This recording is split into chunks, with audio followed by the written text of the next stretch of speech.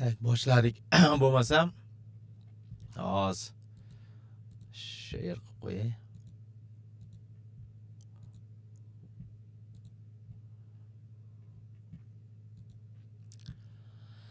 Tak, endi o'sha nimadan boshlayveramiz endi. Tayyorlab olay, tayyorlab.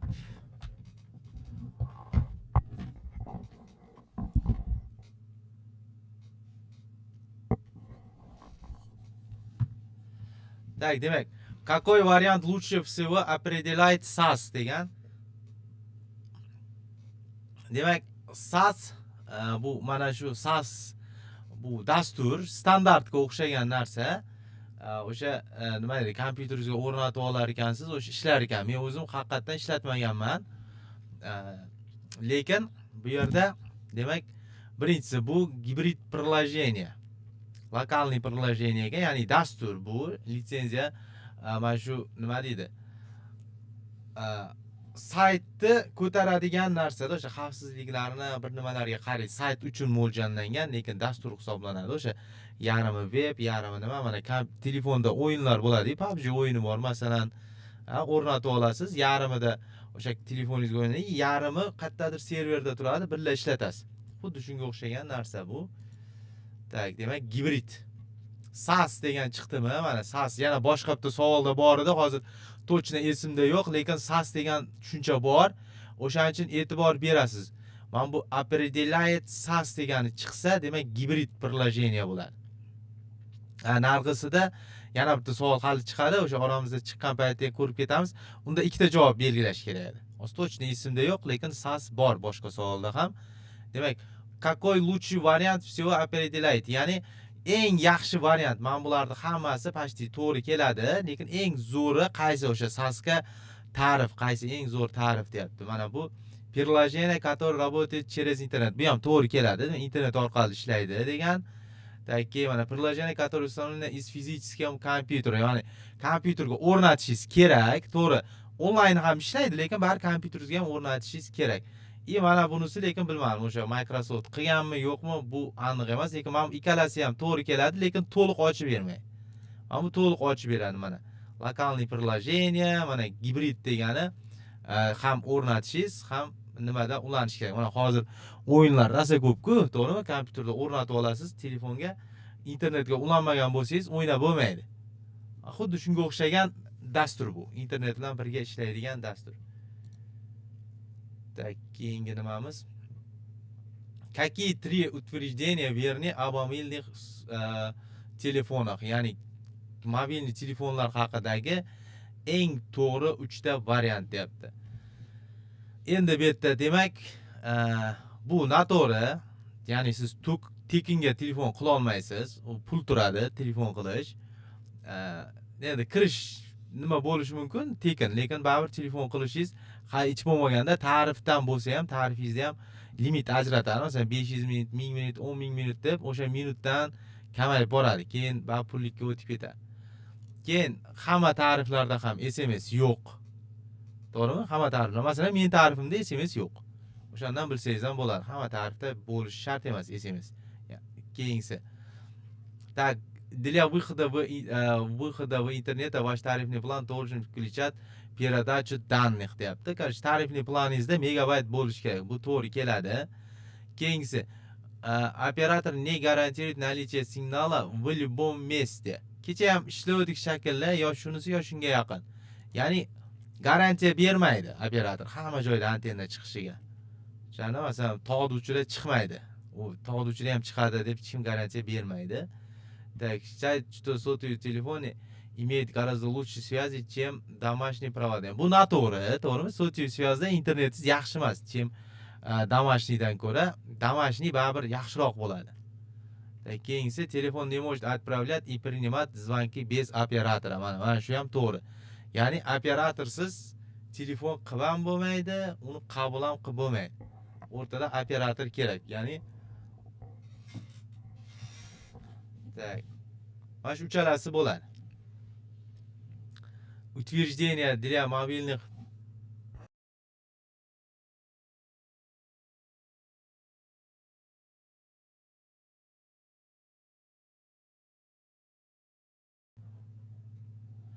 Tak, mana demak mana shu 3 tasi bo'ladi. No endi bar logichni ham o'zi to'g'ri. Mana internet ulab berish uchun megabayt bo'lishi kerak. Shuni eslab qolasiz. Hamma joyda signal bo'lishini garantiya bermaydi hech kim. Oldinlar aytardi, Perfectumda nima ko'p deb, antenna chiqadi deb, lekin hamma joyda emas. To'g'ri, boshqalardan ko'ra ko'proqda chiqishi mumkin, lekin hamma joyda emas. Telefon не может отправлять или принимать звонки без оператора mana. Так, mana shularni kalit qilib qolasiz. Keyingisi. Demak, какой компонент в большинстве планшетов и смартфонов с поддержкой сотовой связи содержит номер телефона и идентифицирует устройство его оператора. Sim karta edi, buni kecha ham ko'rdik. Qaytarildi. Mana bu ham mana ikkita qaysisi, mana bu to'g'ri mana.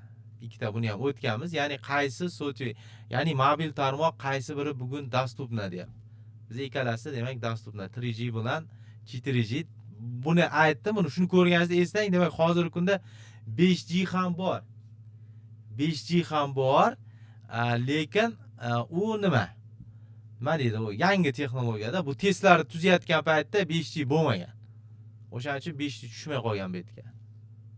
Shu esingizga tushsa, уже сразу javob keladi. Какая из следующих сетей позволит вам подключить планшет с поддержкой сотовой связи без дополнительных затрат на передачу данных deyapti. Bu ham ko'rdik kechada, общественный bu. Общественный nima? Tekin Wi-Fi'larda tekindan tekin ulanishingiz mumkin. Keyingisi, какое существует ограничение для планшетов по сравнению с ноутбуком? Mana bu ham takrorlangan. Некоторые приложения не могут быть установлены на планшете. Ana ko'rdingizmi? Bu yerda nimasi bor? Mana hozir biz kechagi ko'rgan testimiz Office 2013 dan olingan edi. Testlar faqat ofisga doirlari Office 2013 dan olingan. Bugungi kundagi testlar esa ofisga oiti Office 2016 dan olingan, lekin qolgan hammasi bir xilda. Demak, bundan kelib chiqadiki, agar ertaga JS6 standart bo'yicha olasizlar testi deb qolsa ham, biz hech narsa yutqizmaymiz. Bu bir bo'lishi mumkin, bir 20% savol o'zgarishida. Yangi savollar qo'shilishi mumkin, va eski asosiy savollar baribir turaveradi.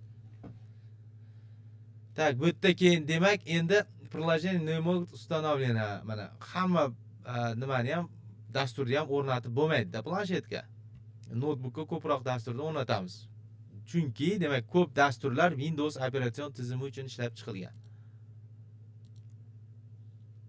Keyingisi, какие два из следующих предприятия получат больше выгоды от использования планшета? Mana bu mana ko'proq Wi-Fi da ishlatsa, qaysi ikkitasi eng ko'p? Kecha biz ko'rdik, agar sotviy svязda qaysisi ko'proq ishlatadi desa, ya'ni sotviy svяз o'rtada bo'lsa, demak mana bu 3 tasi edi. Wi-Fi o'rtada bo'lsa, demak bu ikkitasi bo'ladi. Mana magazin ADJ bilan neboshvoy restoran. Tak, keyingi nimamiz? Yangi telefon sotib olmoqchisiz. Mana bu eskini sotganda nima qilish kerak? Tak, demak, birinchisi shu sim kartani olib qo'yish kerak.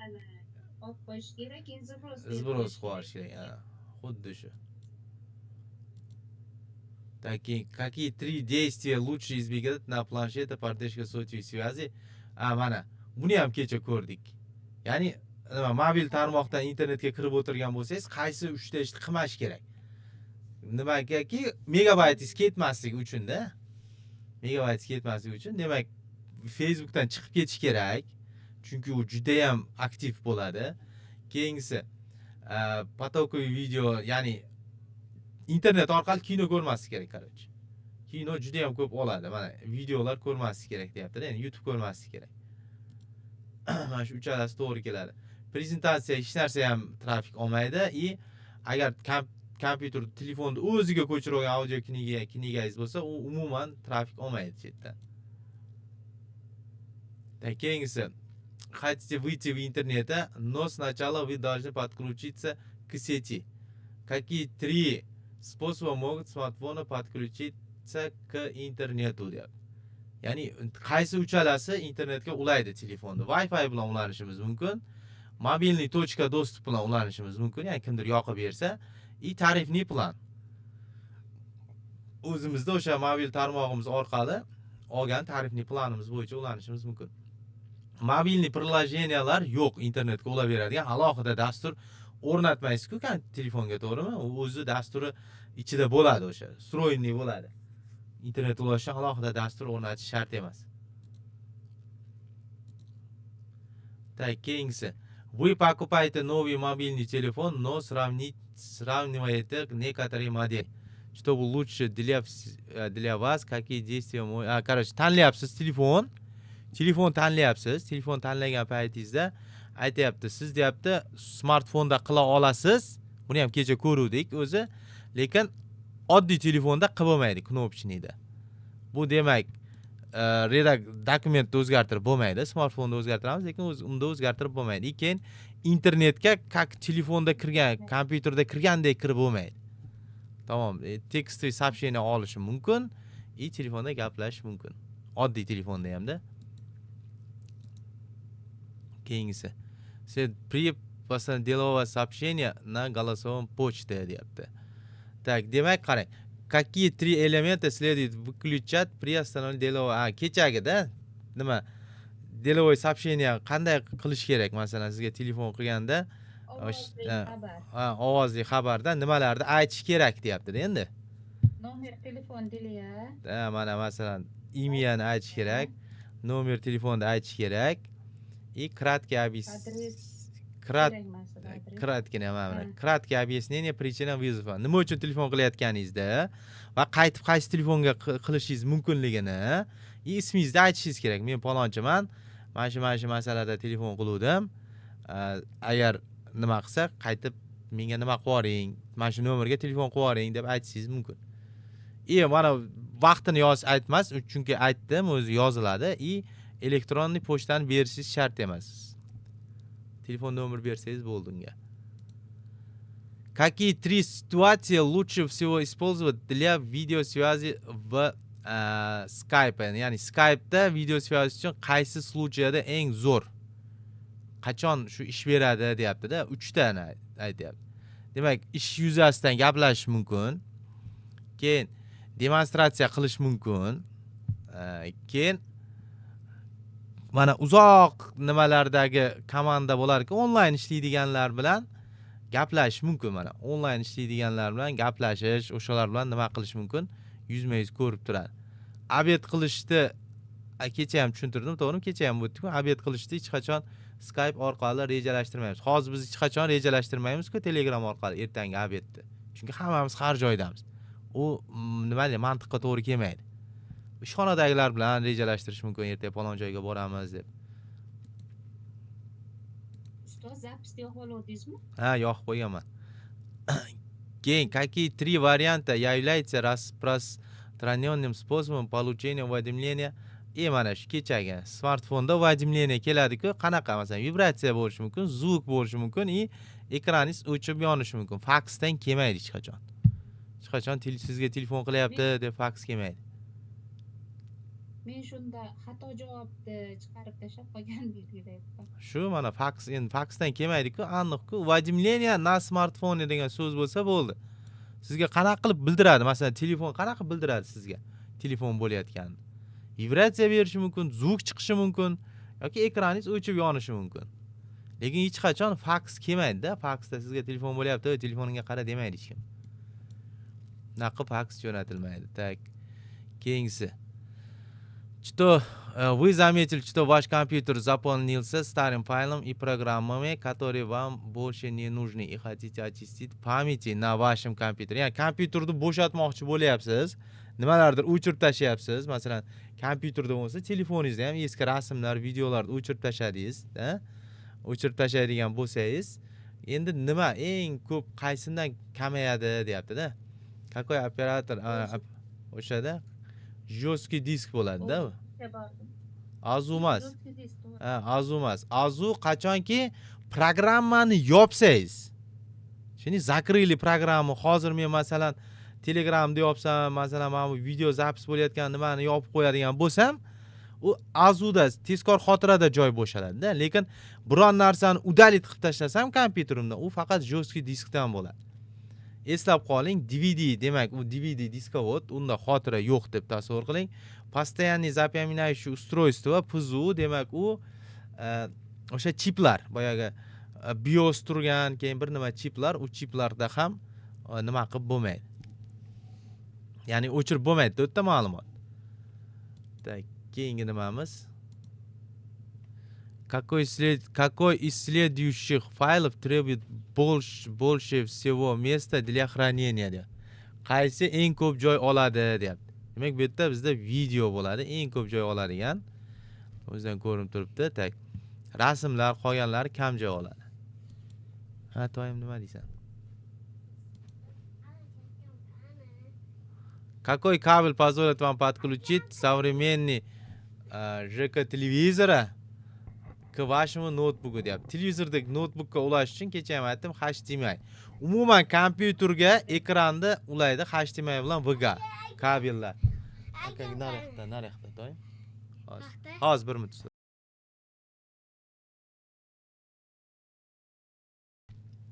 Tak. Demak, mana HDMI bilan VGA ekran uchun HDMI bilan VGA bo'ladi.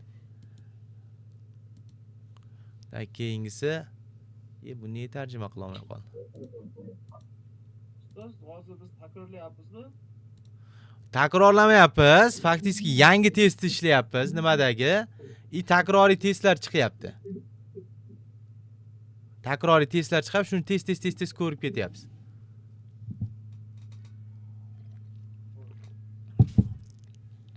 Shu 30dan keyinlar chiqadi, по-моему, yangi. U ofisga oid testlargina yangi chiqadi-da. Qolgan eski chiqaveradi. Chunki bir xilda hammasida. Какие 3 способа позволяют подключить клавиатуру? Kecha ko'rdik, to'g'rimi? USB port, klaviatura porti bor и Bluetooth orqali ulashimiz mumkin klaviaturani kompyuterga. Qolgani demak Ethernet set uchun, VGA bilan HDMI bu ekran uchun. Какие 2 соединения выполняются с использованием Ethernet на ноутбук? Ya'ni Ethernet orqali kompyuter nimaga ulanishi mumkin deyapti, notebook. Boshqa kompyuterga ulanishimiz mumkin и kommutatorga ulanishimiz mumkin. Printer bilan rozetkaga Ethernet orqali ulanmaymiz. Какой 2 компонента иногда требует обновления драйвера deyapti. Kecha ko'rdik buni ham, qanaqa ikkita komponentimiz ana o'qilaman. O'zgarish bu uказывающий и video karta debdi. Hozir buni tarjima qilaylik. Bugun cho'ta video karta debdi. Kecha mana shu o'zgaribdi-da, mana video kartani ekranida kecha, to'g'rimi? Ekranida, demak video karta deb o'zgarib cho'ta tarjima qila olmadi bu. Ko'rmoqchi edim-da, tak. Demak, mana shu ikkalasi to'g'ri. Blok pitaniya umuman display deydi, ha, display edi. O'sha shunaqa ko'rsatadimi dedim. Bu tarjima qila olmayapti-da inglizchaga. Bu test tarjima qilyapti. Tak, mayli. Keyingisiga ketdik. Какие две популярные операционные имеют открытый исходный код? Ya'ni tekin. Ikkitasi tekin, demak Android bilan Linux edi. Demak Windows bilan iOS bular demak tekin emas. Keyingisi какие два преимущества сети Wi-Fi перед mobilным интернетом deyapti.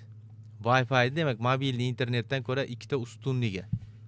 Birinchi stoy deshevli, Wi-Fi tek nimaroq tushadi и skorost balandroq bo'ladi. Mobilniy emas, Wi-Fi bitta joyda turadi, u hech qanaqa qimirlamaydi hech qayoqqa. И доступность большого количества места.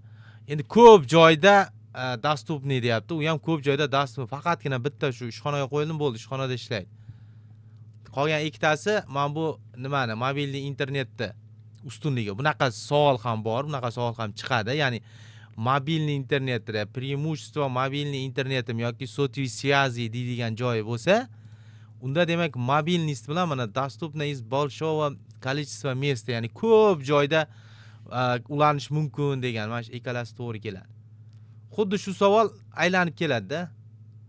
Ana shunda uni belgilaysizlar. Agar преимущество mobilniy internet bo'lsa, demak bu Wi-Fi bo'lsa, mana bu ikkalasi bo'ladi. Stoit bilan nima?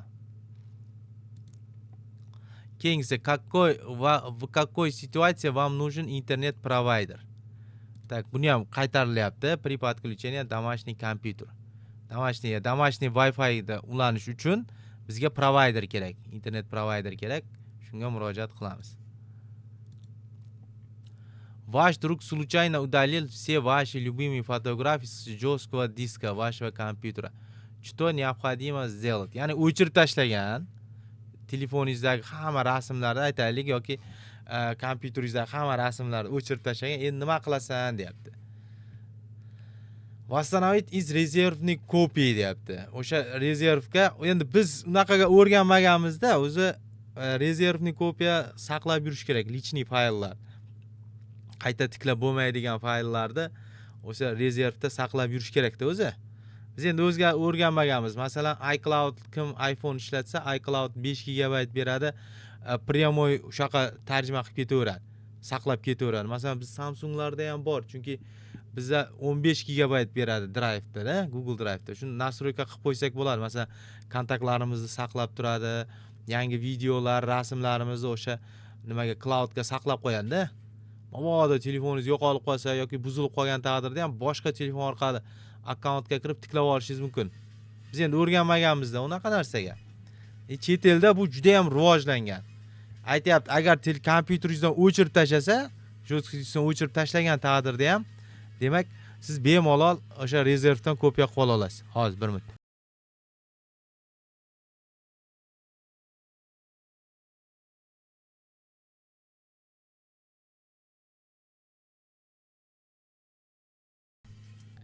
Tak, mana shu. Hech qachon masalan, nima deydi, boshqasi to'g'ri ham kelmaydi-da. Format qilib bo'lmaydi. Jo'ski disk format qilsangiz bu foydasi yo'q. Baribir tiklanmaydi qaytib. O'chib ketadi. Rezervniy kopiyaga olib bo'lmaydi uje, chunki o'chib ketgan u ma'lumotlar. Сделать резервный копия deyapti-da. Uni kopiya qila olmaysiz, chunki o'chib ketib bo'ldi. Сделать новые фотографии. Bu endi bilmam, qaytadan masalan kimnidir to'yida rasmga tushgan bo'lsangiz, qaytadan to'y qildirmaysiz-ku. O'sha rasming yo'qolib qoldi, davay o'tiringlar, bitta rasmga tushib olay demaysiz. Bu ham mantiqqa to'g'ri kelmaydi. Faqat mana bu to'g'ri keladi. Rezervdan qayta tiklab olishingiz. Так, при хранении личных данных важно, что резервные копии были доступны для восстановления deyapti. Ya'ni mana shu saqlab qo'yganingizda восстановить qilishda imkoniyati bo'lishi kerak deyapti. Какие два способа хранения резервных копий только на локальном устройством deyapti. Lokalnim kompyuter. Faqat lokalniy kompyuterdagina saqlashda ikkita usuli deyapti. Ikkita o'sha nima deydi? Saqlashda ikkita usuli. Qanaqa qilib saqlash mumkin deyapti. Если kompyuter, mana shu sal noto'g'ri tarjima qilyapti-da, sposob bo'lmasi kerak-da, kamchiligi bo'lishi kerak. O'sha faqat lokalniyda saqlashda kamchiligi deb nima qiladi-da? Menimcha shu mana bu Google noto'g'ri tarjima qilyapti-da yoki savol noto'g'ri berib qolinganmi? Mana qarang. Ha, недостатка debdi. Что-то men kompyuterim buzilib qolibdi. Na какие две недостатка? Ya'ni ikkita kamchiligi o'sha. Faqat kompyuterni o'zida saqlashda. Siz только на локальном компьютере desa mana rezervniy kopiya только на локальном компьютере deydigan bo'lsa, unda demak nima bo'ladi? Kompyuteringiz yo'qolib qolsa, bu yoki buzilib qolsa bo'ldi, fayl yo'q endi uje. Chunki shu kompyuterning ichida edi. Endi kompyuter ichidagi ma'lumotlar bilan birga ketdi. Так, keyin резервные копии недоступны, если вы путешествуете. Mana agar siz kompyuteringizda bo'lsa, rasmlaringiz, videolaringiz, siz chet elga dam olishga ketgan paytingiz bu rasmlardan foydalana olmaysiz. To'g'rimi? Agar bu ikkalasi demak mabodo cloudda saqlaganingizda bemalol chet elda ham ko'ra olardingiz. Keyin anoni ham nima deydi, o'sha kompyuteringiz yo'qolib qolsa ham farqi yo'q. Akkauntga qaytadan kirib olsangiz, bemalol ma'lumotlaringizni olishingiz mumkin. Tak, buni aksi ham bor, ustozlar, mana shuni teskarisi ham bor. Ya'ni mana hozir aytayapti-ku, rezervniy kopiya только на локальном kompyutere deyapti. Nedostatkasi, ikkita nedostatkasi nima desa, men savol bor. Bu men tushib qoladi, chiqib qoladi. Faqat aytib ketyapman hozir. Agar o'sha cloudning kamchiligi nimada desa, cloudning kamchiligi nimada desa, unda sekin qiladi, восстановить bo'ladi. Ya'ni u yoqqa cloud degani o'sha nima deydi, oblakaga qo'yish ham, bu uzoqdagi serverga ma'lumotni qo'yish ham, o'tdan tiklab olish ham vaqt oladi, medlenniy bo'ladi. O'shanaqa savol chiqadi. Так. Demak, keyingi nimamiz? Какая стратегия резервного копирования обеспечивает самые быстрые создания резервных копий, но самые медленные восстановления deb. Bu ham takrorlanyapti. So'zlar bu ham takrorlanyapti. Demak, bizda ikkita bor edi. Ikkita, incrementniy bo'ladi. Mana tez sozdат qiladi-da, sekin восстановить qiladi. Bu increment bo'ladi. Agar demak sozdaniya qilish sekin rezervga sozdат qilsa,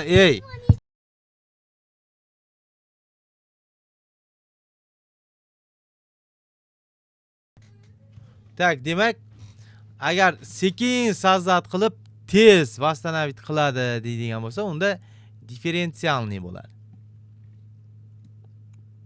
Bu yerda bizda hozir increment. Ustoz, Aha. bunday dedi, bunday oldimda men. Onida копирование обеспечение самое быстро debdi-yu. Aha. Birinchi mana bistro kelyapti debdi. Aha. O'shandan bilib olyapman. Bu ham bo'ladi lekin. Bistro narigisi kelsa, ana minutnoy. Differensial. O'sha kelsa, Medlenniy. Medlenniy kelsa, bu ham nima qiladi? Endi bu agar umuman rusini bilmaydiganlar shunday, agar bыстрый birinchi bo'lsa, demak increment, agar medlenniy birinchi bo'lsa, differensial bo'ladi. Mana bu ikkalasi chalg'ituvchi savol, javoblar. Какие два утверждения верны об использовании внешних дисков для хранения резервных копий deyapti. Qarang, demak, bu yerda berilayotgan fikrlardan, mana 4 ta fikr berilgan, 4 ta fikrdan demak, ikkitasi, qaysi ikkitasi deyapti. Nima deydi, tashqi Winchesterda bor-ku, to'g'rimi? Tashqi qattiq disklarda ma'lumotni tashqi qattiq diskda saqlash uchun to'g'ri fikr bildirgan deyapti-da. Копирование данных на внешний диск обычно выполняется быстрее, чем в облачном сервисе deyapti. Mana быстрый. Tushundingizmi? Быстрый чем degani bo'lsa, demak, bu diskka, fleshkaga yozish tez. Mana kecha ham o'tdik buni, tez bo'ladi oblakadan ko'ra. Так, внешний жесткий диск должна быть подключена к компьютеру каждый запланированный резервный копий. Ya'ni rezervni kopiya oladigan paytingiz, o'zi odatda rezervni kopiyalar bu nima deydi?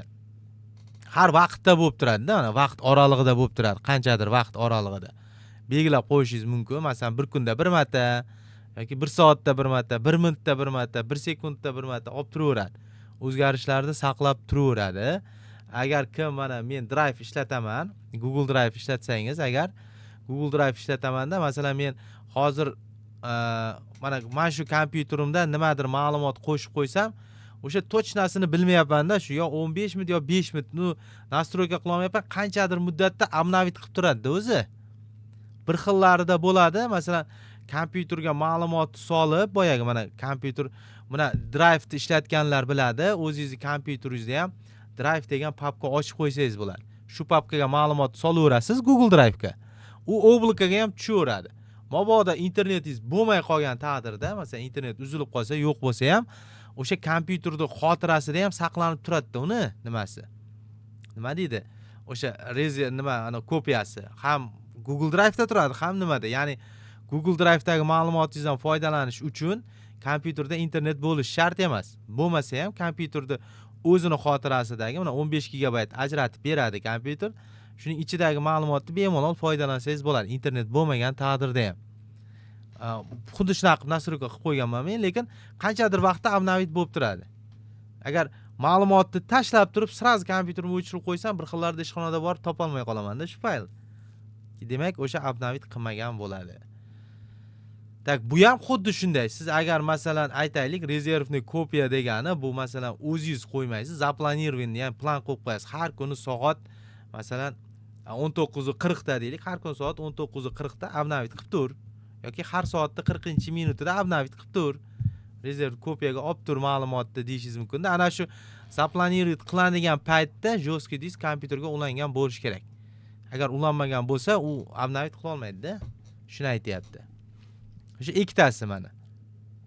Ya'ni подключен kompyuterga ulanib turgan bo'lishi kerak и demak облакадан tezroq.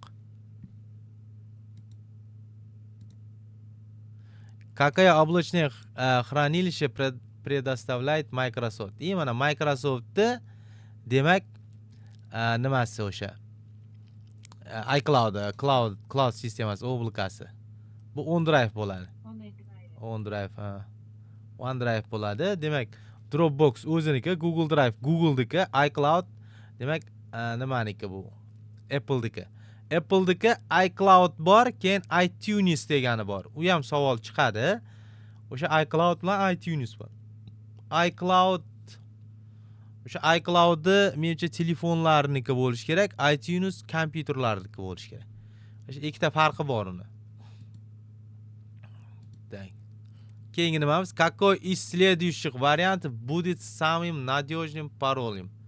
Надежный parol bo'lishi uchun endi bu juda ham nima? O'sha ko'rasiz-ku, plan qilayotgan katta harf bo'lishi kerak, kichkina harf bo'lishi kerak, belgi bo'lishi kerak, son bo'lishi kerak, 8 ta belgidan oshiq bo'lishi kerak. O'sha 5 ta talab bor, shuni bajaradiganini izlaysiz. Shu demak bizda mana u. Please be degani. Keyingisi какой вариант лучше всего описывает вирус Троян? Ya'ni Troyanskiy virusning eng zo'r tarifi. Eng zo'r tarifi qaysi deyapti. Tak. Mana. O'sha POS ismni olgan. Po, mana shu. Вредностные программные обеспечения degani. Tak, yaxshi ko'rinadi, o'sha vred, lekin nima? Вредностный. Так, keyingi nimamiz? Что такое файл cookie brauzeri deyapti. Cookie buni ham ko'rdik, tekstoviy fayl. Bitta fayl, tekstoviy faylni kompyuteringizda saqlab qo'yadi. O'sha masalan har bitta saytning o'zining teksti, mana buni ham tekstoviy fayllari bor. O'shalar qo'yib qo'yadi. Keyingi safar kirgan paytingizda ana shu fayldan o'qib boradi-da, masalan o'tgan nima kirgansiz, qanaqa ishlarni bajargansiz, o'sha tekstoviy faylga yozib ketadi bu sayt. Keyingi kirgan paytingizda o'sha tekstdan o'qib, siz qilgan ishlarni qaytarib ko'rsatib berishi mumkin yoki shunga yaqinroq, uni algoritmi shunga yaqinroq ishlarni ko'rsatadi. Так, keyingisi, как часто вы должны выходить из учетной записи социальной сети Facebook, например, Facebook deyapti. Так, endi chiqib ketishingiz kerak. Mana выходить degan so'z bilan Facebook bo'lsa, Facebookdan qancha oraliqda, qancha oraliqlarda chiqib turishingiz kerak deyapti-da. Endi bu когда mana har doim chiqib ketishingiz kerak-da, akkauntda o'tirmaslik kerak. Nima uchun? Facebookda agar Facebookingiz yoniq bo'lsa, o'sha u server bilan tez-tez bog'lanib turadi-da, sizga har xil reklamalar, videolar jo'nataveradi kompyuter, telefoningizga. Telefonni qotiradi, energiyasini oladi. Birinchidan 2 megabaytini olib qo'yadi. O'shaning uchun kirdingizmi, Facebookka chiqib ketishingiz kerak o'sha dasturdan. Вы хотите совершить покупки онлайн. Onlayn nima qilyapsiz? Покупка bo'lyapti. Какой идентификатор указывает на безопасность соединения для передачи данных кредитной карты на сайт? Так, HTTPS mana shu. HTTPS. Ana безопасный dedimi bo'lsa HTTPS. Mana shu o'zi standart bu shunaqa. O'sha yerda registratsiyadan o'tgan bo'lsa, shu xavfsiz sayt degani, ya'ni boyagiday moshenniklar emas, sizni nima ma'lumotingizni o'g'irlamaydi bular. Какая технология обеспечивает туннел через интернет для безопасного подключения из дома deyapti. Mana bu tunnel degani biz darsligimizda ham bor. Mana hozir 10-sinflarga o'tilyapti. Mana shu tunnel degan tushuncha. Bu VPN bo'ladi. VPN. Tunnel через internet degan mana shu bor bo'lsa, demak bu VPN ni nazarda tutyapti. Keyingisi, ваш компьютер поддерживает несколько стандартов шифрования Wi-Fi. Какой из этих стандартов Wi-Fi является наиболее безопасным debdi. Tak, WPA ikkisi mana shu yerda. Endi bunga bilmam ta'rif yo'q. Mana eng безопасный anavsi demak VP2 ya'ni eng oxirgisi eng безопасный bo'ladi-da. Shunday mana bu yerda mana ko'rsatilgan. Ya'ni eng kuchlisidan boshlab, безопасныйdan boshlab kamayib boraveradi. Tushunarlimi? Bu Wi-Fi uchun qarang. Bu sizni Wi-Fi uchun parolda bu. Sizni Wi-Fi uchun parol, o'sha parolda eng zo'r standarti demak VP2 standart. Bu yoq pasayib boraverar ekan. Eng xavfli nimasi, ya'ni ochiq internet zashti yo'q, ochiq set qo'yib qo'yadi-ku, bir xil Wi-Fi'larda parol bo'lmaydi. Ana shu eng demak xavflisi bo'ladi. Qolgani demak xavfsiz ekan. Какие из следующих опций могут повлиять на скорость вашего интернета? Так, endi qaysi nimalar, opsiyalar sizni ta'sir qiladi deyapti. Internetingizni tezligiga. Birinchisi marshrutizator ta'sir qiladi. Marshrutizator qancha kuchli bo'lsa, shuncha yaxshi bo'ladi. Tak, keyingisi apparatni обеспечение kompyuteri bu ham ta'sir qiladi. Kompyuter kuchli bo'lishi kerak internetga kirish uchun. Qancha kuchli bo'lsa, shuncha yaxshi kiradi. Juda ham eski kompyuterlar sekin ishlaydi baribir internetda. Masalan, telefoningiz bo'lsa ham, aytaylik, eski tipdagi telefon bo'lsa, u masalan zo'r Wi-Fi ga kirganingizda ham internet baribir tez ishlamaydi-ku. Ikkinchisida operatsion tizimning turi deyapti. Buni farqi yo'q, siz nimada iOSdan kirasizmi yoki Windowsdanmi yoki Linuxdanmi, Androiddan farqi yo'q bu internet tezligiga. Lekin kabelni yo'g'onligiga ham farqi yo'q. Yo'g'on degani zo'r degani emas. Tarifli planga nimasi bor masalan. Nimada hozir Wi-Fi ga ulasangiz ham mana har xillari bor, to'g'rimi? 20 giga nechi? O'sha qanchaga 20 megabit sekundgacha, 10 megabit sekundgacha bor. 100 megabit, hozir 1 gigabit sekundliklari ham bor. Qancha yaxshisini olsangiz, shuncha tez bo'ladi. Xullas, operatsion tizim bilan толщинасы kerak emas bu yerda. Qolgan hammasi to'g'ri keladi. Mana nima deydi? Скорость вашего интернета, скорость degan so'z bo'lsa, tezlikka demak mana shular ta'sir qiladi. Какая папка служит по умолчанию для файлов, загружаемых интернетом? Eng oddiysi bo'lsa kerak, to'g'rimi? Masalan, internetdan загрузка qilgan загрузки degan papkaga tushadi. Какие mana bu yerda nima qilyapti mana? Какие два приложения могут восстановить iPhone, iPad, iPod Touch из резервной копии mana? Ko'rdingizmi? iTunes boya aytdim, iCloud bor. Mana shu ikkalasi demak iPhonening, iPhone debman. Nimaning? Applening nimasi oblikasi. Mana shu yerdan turib восстановить qilsangiz bo'ladi. Keyingisi, вы создаете документ в Microsoft Office на ПК под управлением Windows 10 deyapti. Ya'ni Windows 10 da o'tirib siz ofisda, Microsoft Office'da dokument yaratyapsiz. Как вы можете поместить документ в онлайн-хранилище OneDrive deyapti. Ya'ni siz endi o'shani o'z kompyuteringizda yaratdingiz dokument. Endi shuni OneDrive ga qo'yib qo'yishingiz kerak. Ya'ni Microsoft oblikasiga qo'yishingiz kerak. Bu mana bu yerda mana OneDrive degan so'z bormi? Bo'ldi. OneDrive degan so'z bor joyida belgilab qo'yasiz, bo'ldi.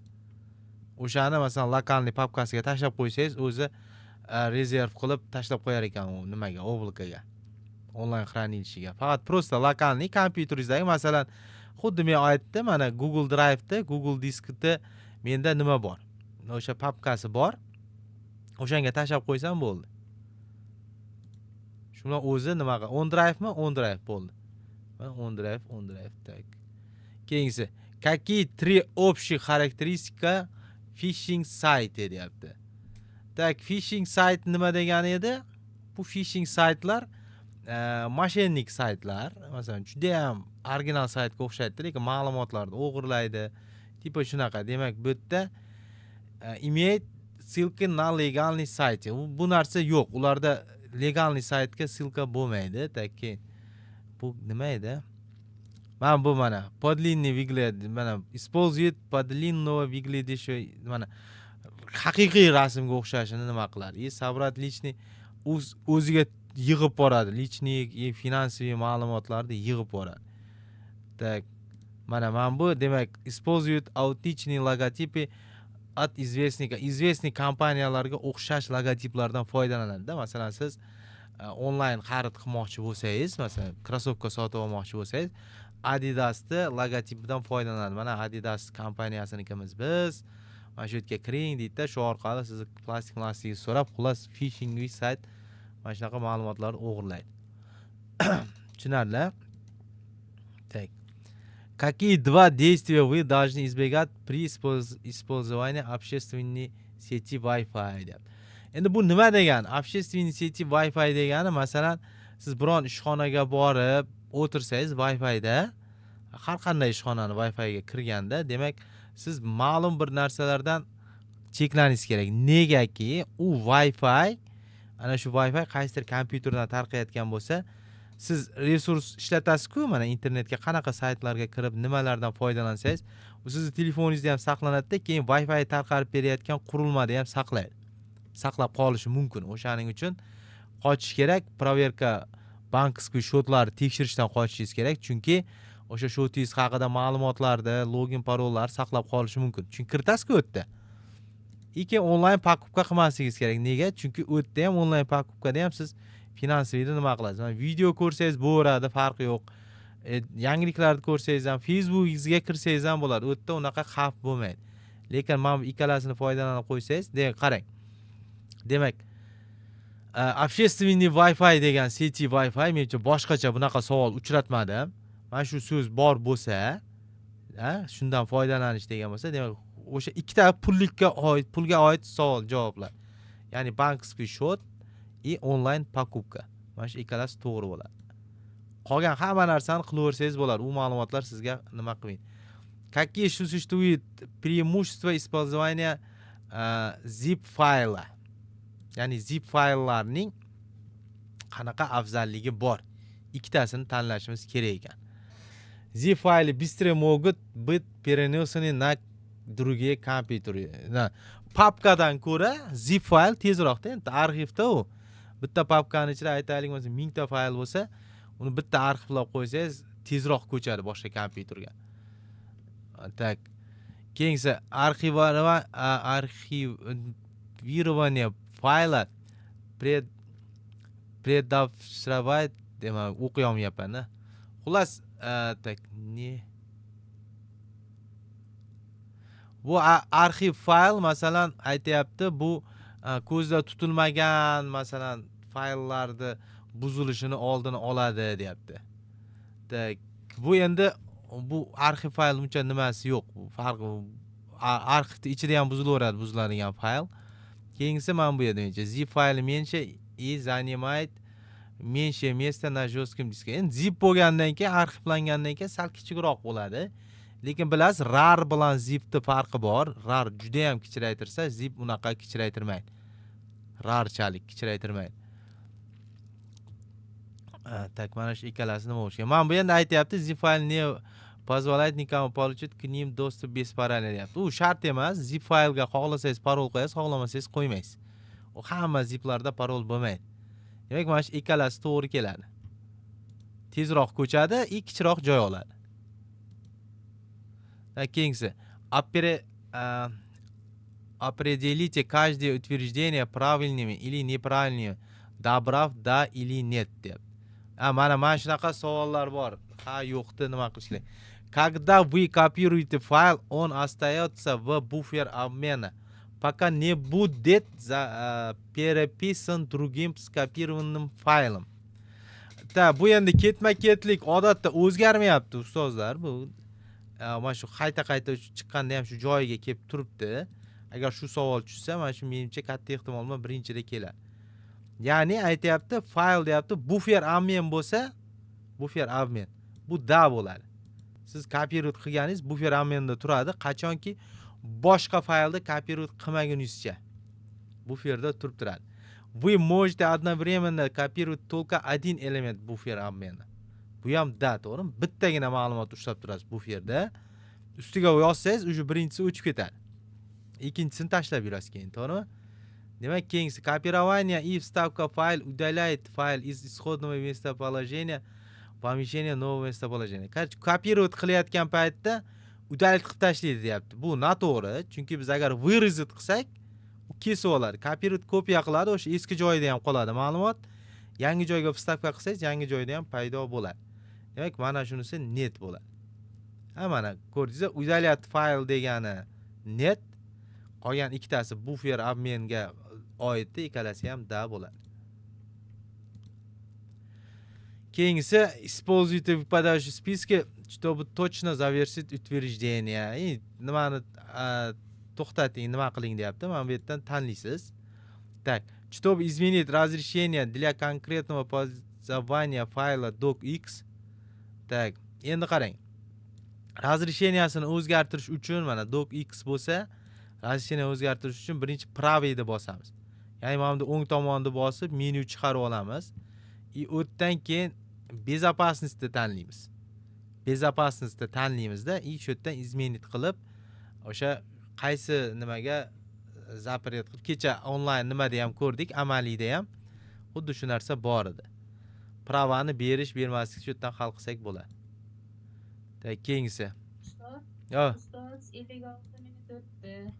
Ha, mana kelib qolibdi. Guruhga ochib qo'yaydi. Tak. Keyin davom ettiraveramiz ro'yxatdan qo'yaylik. Ha, mana turibmiz, mana hozir mana shu yerda turib bittani ko'rib olaveraylik. Mana kichraytirib olaman-da yoniga. Kichraytirsam ko'rinmay qolar ekan-a. Ne qarab turamiz. Hali kelmadi. Soat shu 8 da SMS keladi-da, nima keladi? Mana shu gruppa, mana shu bo'lish kerak, Seripot O'zbekiston degan gruppa. Mana shu yerga ma'lumot keladi. Shu karta nima keladi? Shu yerdan 9 minut o'tganda aytaman. Ustoz qarab turman vaqtda. Так, keyingisi mana demak, какой из способов поможет закрывать зависающие программы без использования сочетания клавиша Ctrl Alt Delete. Demak, bilasiz, kompyuterimiz qotib qolsa, Ctrl Alt Delete bilan boyagi dispetcher zadachani chaqirib, keyin o'chirib tashlardik, to'g'rimi? O'shani aytayapti, shuni bajarmasdan qanaqa qilsak bo'ladi, deyapti-da.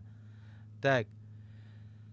Mana bu yerdan qilamiz mana. Использовать funksiya снять задача в dispetcher задача deyapti. O'sha uni past tomondan mana bu yerdan kirsa ham bo'lar ekan. Mana dispetcher задача ko'rdingiz-a? Eng pastda u, ya'ni biz faqatgina nima bilan kirmaymiz. Ekranni pastidan bosib kirsa ham bo'lar ekan. F5 ni bossak, mana bu bossak bo'lmaydi. Bitta mana shu demak. Снять задача bor. Bo'ldi, shuni tanlaymiz. Agar mana shu savol tushib qolsa, endi bu mana bu ketma-ketlik yana boshqa savolda ham bor edi-da. Endi bu yerga kalit uchun зависающий programma bo'ladi-da mana.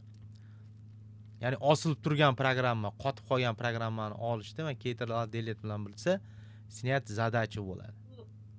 Ctrl Alt Delete deyli amaliy ishda bor ekan-da, men bitta testda ko'rdim. Ha, shunda qayerdadir bor edi-da bu. Так, keyingisi mana.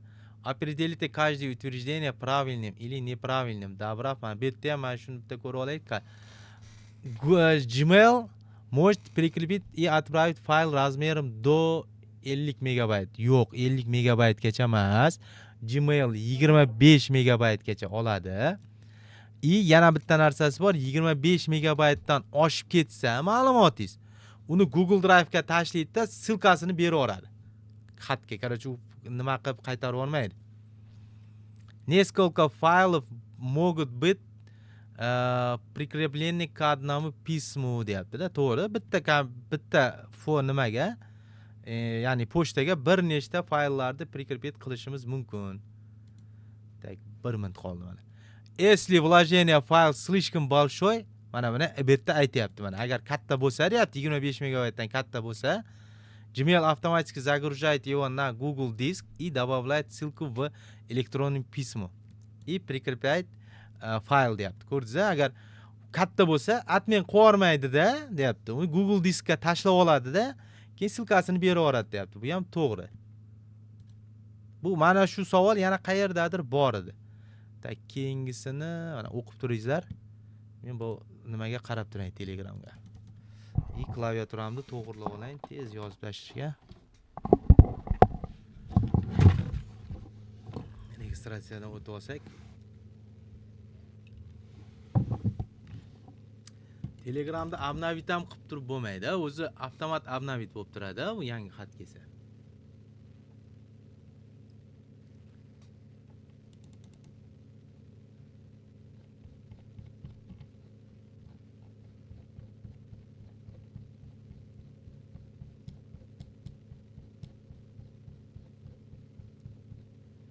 Mana 20-noyabr kuni soat 8 da ochiladi degan edi. 8 bo'ldi, lekin jo'natmadi hali. O, jo'natdi mana. Ochil.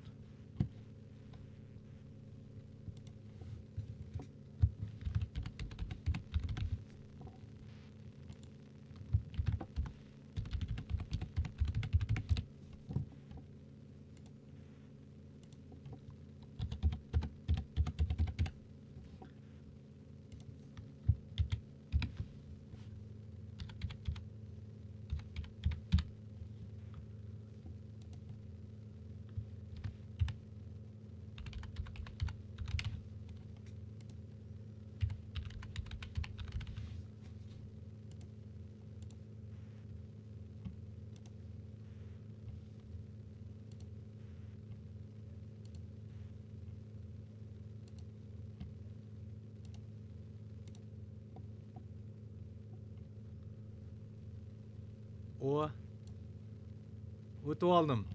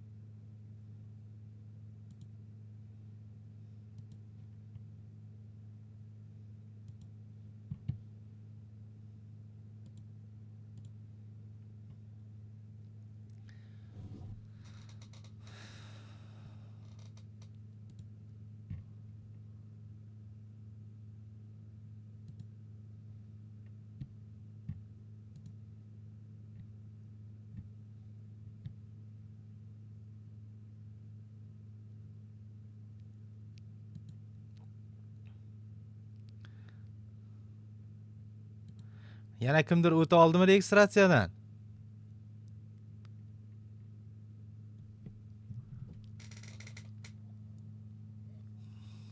Men dekabrda topshiraman. Ha, bo'ldi, men bittasiga topshirdim men ham. 23 gacha nima qo'yadi? Ikkinchisiga ham belgilasam bo'lar ekan, shoshdim darasa. Ikkinchisini ham topshira olardim. mayli keyin nima qilamiz u va menga ham nimagacha-ku nima deydi yangi yilgacha hali tak demak mana shuni tugatib qo'yaylik 4 ta qolibdi test keyin ertalab davom ettiramiz какой целью меняются шрифт по умолчанию параметры deyapti menyu parametri при работе в Office 2016 deyapti tak endi tak nima uchun deyapti-da masalan по умолчанияga shrift qo'yib qo'ysa bo'ladi parametrdan shriftingizda masalan o'zi bizda odatda shrift qanaqa bo'lib turadi hech e'tibor berganmisiz shriftni Wordni ochganingizda hech e'tibor bergan birinchi yozganingizda Array 12 turadi meniki. array 12 turadi bir xillar cerebrimi degani bor a shunaqa narsa turadi mana shuni masalan o'zgartirib qo'ysa bo'ladi-da parametrdan kirib o'zgartirib qo'ysangiz bo'ladi o'zgartirmaganman men ham shu testni ichida ko'rdim nima uchun o'zgartiriladi chunki keyingi har qanday dokumentingiz o'sha xuddi shunda bo'ladi agar arrayga qo'ysangiz arrayda bo'ladi mana все будущие страницы будут использованы новый шрифт deyapti-da mana ya'ni xohlagan nimaniga nima qiladi o'sha bu masalan отправить qilishda nima qilmaydi faqat bu kelajakdagi boshqa varoqlar boshqa dokumentlar ham xuddi shu bilan foydalanadi по умолчанияda bo'ladi-da по умолчанияmi mana bu yerda по умолчанию so'z bormi demak shu по умолчанию degan so'zni topasiz bo'ldi qolganda по умолчанию yo'q mana по умолчанию bormi bo'ldi bu yerda ham по умолчанию faqatgina mana buni nima deydi o'sha testlarda hammasini vizual nimasi turishi kerakda miyada bog'lashingiz kerak bir-biriga mana по умолчанию degan so'z bilan ketdi mana bu parametr so'z bo'lishi kerak Office 2016 so'zi bo'lishi kerak keyin javobda ham по умолчанию bo'lsa bo'ldi demak shu по умолчанию ekan agar mabodo umuman hech narsani tushunmasangiz mana bularda agar tushunadigan bo'lsangiz uncha masalan nima qilsangiz bo'ladi izlab topib ma'nosidan keyingisi выберите на panel задачи значок который откроется в списке доступных сетей deyapti доступный sitlarni ochib beradigan nimani tanlang deyapti bizda mana buda bossangiz ustidan turadi-ku chiqib turadi to'g'rimi kompyuterda bossangiz bu yerda shuni so'rayapti qanaqa knopkani bosish kerak deyapti o'sha доступный setlarni ko'rish uchun Wi-Fi ham shu yerda ko'rinib turadi o'sha mana tarmoqqa bir ikkita setlar bo'lsa u ham shu yerda bluetooth ham ko'rinib turadi bu yerda shuni so'rayapti так keyingisi demak укажите поле которое отражает пул к файлу или местоположение так папки degan mana shu cho'ta xatoda bu cho'ta mana shu xato menimcha lekin to'g'ri javob ikonka 2 midi shunday menimcha qandaydir rasmlar bo'lishi kerak-da savolda rasmlar bo'lsa kerak o'sha укажите поле которое отражает путь к файлу или местоположение папки deyapti o'sha nimasi bor edi bunida mana bunaqa joyini so'rayapti har bitta papkada bor mana shunaqa joyi turadi to'g'rimi papkani ochgan paytingizda mana shu faylda mana shunaqa mana bu demak adresni ko'rsatyaptimi mana qarang drop bilan xuddi shunaqa drop bilan ko'rsatib turadi e'tibor bergan bo'lsangiz papkani ochganingizda s disk tipa ketadi oxirida faylning nomi turadi keyin ana shuni so'rayapti bizda demak o'sha ikonka 2 edi bilmadim bunaqa tushmasa kerak bu yerda qandaydir bir tushadi tushganda shu joyni tanlab qo'yasiz yoki aytasiz shu tepada nimasi menyular qatori deb aytadi o'zi keyingisi определите каждое утверждение правильным или неправильным deyapti функция восстановления Windows позволяет диагностировать и устранять проблемы с файлами и папками в том числе проблема при копировании перемещении переименовании или удалении файла bu savolni umuman ko'rmadim-ku men. Tak demak, восстановление funksiyasi bor, Windowsda восстановить qilish mumkin. Ana shu joyda demak, diagnostika и problemalarni o'sha papka bilan bo'layotgan problemalarni hammasini hal qiladi deyapti. Masalan, kopirovat, перемещать bo'yicha deyapti. Menimcha bu to'g'ri kelmasa kerak, to'g'rimi? Uni funksiyasi unday emas. Funksiya восстановления Windows может позволить вам восстановить удаленные электронные письма deyapti. Bu ham net bo'lsa kerak. Tak, elektron pismani demak Windowsda восстановить qilganimiz bilan demak biz elektron pismamiz восстановить bo'lmaydi. Aniq, chunki elektron pisma boshqa joyda turadi, to'g'rimi? Windowsga bog'liq emas. Lekin восстановить qilinganda Windowsda masalan ba'zi bir muammolar hal bo'ladi. Tak, mana shu da deb turaylikchi. To'g'ri ekan. Bu ko'rgan ekanman-da. Bittasi yes, bittasi net edi. Tak, demak восстановить qilish mumkin. Mana bu nima deydi? Problemani hal qiladi, устраняет проблемы. Lekin elektron pochtani восстановить qilmaydi. Elektron pochta chunki boshqa joyda turadi u. Так, 51 demak определите каждое утверждение mana да или нет. Операционная система Windows ограничения наличием одной учетной записи на одну копию программного обеспечения deyapti. Ya'ni bittagina учетный запись bilan cheklanib qoladi deyapti-da. Bu unaqa emas, bir nechta учетный запись ham qo'yish mumkin. Programmani ham bir narsa nimaga o'tkazishi mumkin. Ya'ni bitta Windowsda bir nechta nimani qo'yamiz-ku, userlar, to'g'rimi? Masalan, hamma maktabida bo'lsa kerak. Admin alohida, o'quvchi alohida, хотя бы. Demak, bu xato bo'ladi, net bo'lar ekan. Только учетные записи администратор могут устанавливать новые программы. Mana bu to'g'ri lekin, to'g'rimi? Administrator parolni so'rab turadi. Bu parol qanaqa edi deb. Tak, mana. Tugatamiz. Hammasini belgiladik. Tugatib qo'yaveramiz. Buni uje nima qilganman, tak. Mana tugatdik. Yana bitta nimamiz tugadi endi testimiz. Endi qarang. A? Testini olib qo'yganmidingiz? Olganman. Testini olganman. Testi bazasini netlarda bor-ku, mana har xil qilib olganman. Bitta narsa bor, shuni bir ko'rsataman degandim. Tak. Buning uchun men bu yerdan chiqib ketishim kerak. Chiqasiz. Xolos. Ko'p chiqmadi. Hozir ko'rsataman. Mana hozir o'zgartirdim. Mana bunday testga kirasiz. Kirganingizda bor-ku. Men hozir nima bilan kirib ketib qolyapti, login parol bilan. Keling, mana shu anodan kiraydi. Gastoy rejimdan kiray. Tak, add test. Ko'rinyaptimi?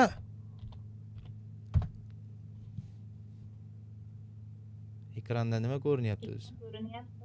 Ha, Ekranda hozir to'xtang.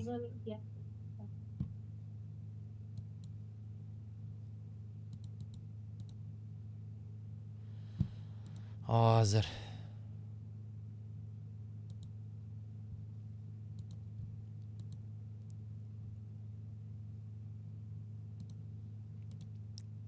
Tak, mana yangi ekran o'zgardi. Qarang. attest.uzga kirasiz. Attest.uzga kirganingizdan keyin mana bu oyna chiqadi sizda. Registratsiya qilish shart emas. Bu sayt sal hali nima dedi? Hali точно ishlamaydi-da bu. Va kamchiliklari bor, lekin test bemalol ishlasak bo'ladi. Bu ya'ni sinovda turgan sayt. O'shani test savollari deganda tanlaysiz. Ya'ni registratsiya kerak emas, kirish shart emas, kimlardir registratsiya qilibdi, u shart emas. Test savollari degan tanlaysiz. Mana bu chiqadi, mana 4 tagini qoldirdim. Demak, mana bu full ichidagi hamma testlar, ya'ni 1-chi, 2-chi, 3-chidagini hammasi testlari, men buni ichiga yig'ishtirib chiqyapman. Buni yana alohida o'zlarida ham bor. Masalan, mana fundamental 3 kiraylik nechta test bor ekan? Mana bittagi test savollari. Test savollari, demak, mana shu 3 tagi mana 87 ta kirgizibman, 3-chini o'ziga. 3-chi testni o'ziga, mana demak, 2-chi testda esa nechta bor edi? 40 ta. 200 taga yaqin test bor ekan. Mana bu yerda test fundamentalsda ham bor, mana 42 ta. Bu hammasi Geometrix testlari o'shdan olingan. Faqat biroz shakllari o'zgargan. Kecha ham tushuntirdim buni. Ozgina shakllar o'zgargan. Nima desam, men bu mana netlarda ham boshqacha qilgan. Masalan, testni boshlash qilsak, mana ketdik, to'g'rimi? Vishye mana 30 ta test beradi. Ustozlar 30 ta test menimcha yetarli bitta o'tirib yetishingizga. Buni mana belgilab chek qilsangiz sразу tekshirib olishingiz mumkin. To'g'ri bo'lsa to'g'ri deb chiqadi. Agar yo'q desangiz ishlab ketaverasiz. Aytaylik, mana bu tak. Buni javob bu edi. Tak, keyingisiga mana bu belgilab ketaveraylik. Mana belgiladingiz. Nechtanidir, masalan, o'tib bemalol nima qilsangiz bo'ladi, yoqqa bu yoqqa qaytib.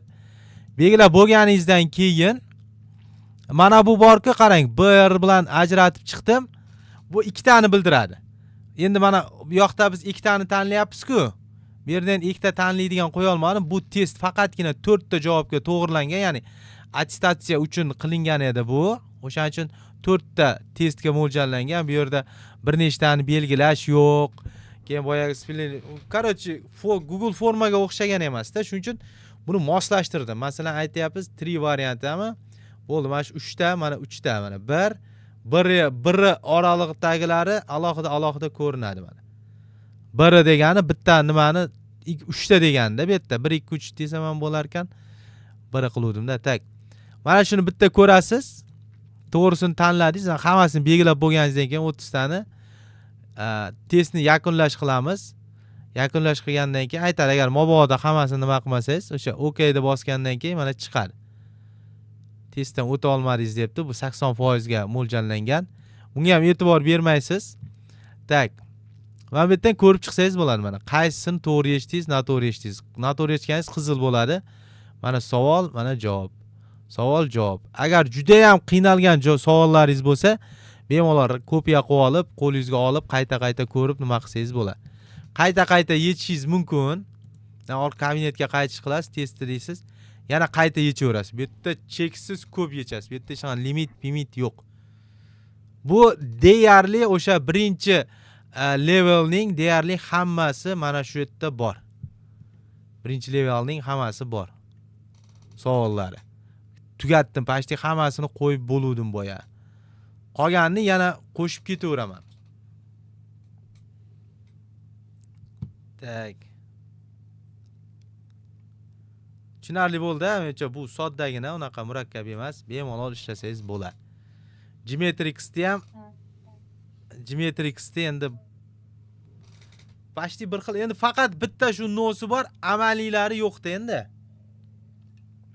Amaliyni darsda ko'ramiz. Ustozlar, ertalab soat 4:30 da yana bitta etapni ko'raman. 4:30 dan 5:30 gacha.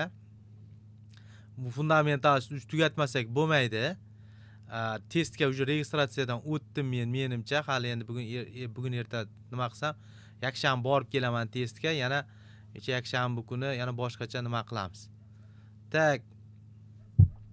Tushunarli bo'ldi shekilli. Demak, yaxshi dam olinglar ustozlar. Ertanga ertalabga обязательно kiringlar. Ertalab 4:30 dan 5:30 gacha dars o'taman. Agar kim kira olmasa, videosini tashlab qo'yaman. Yaxshi dam oling.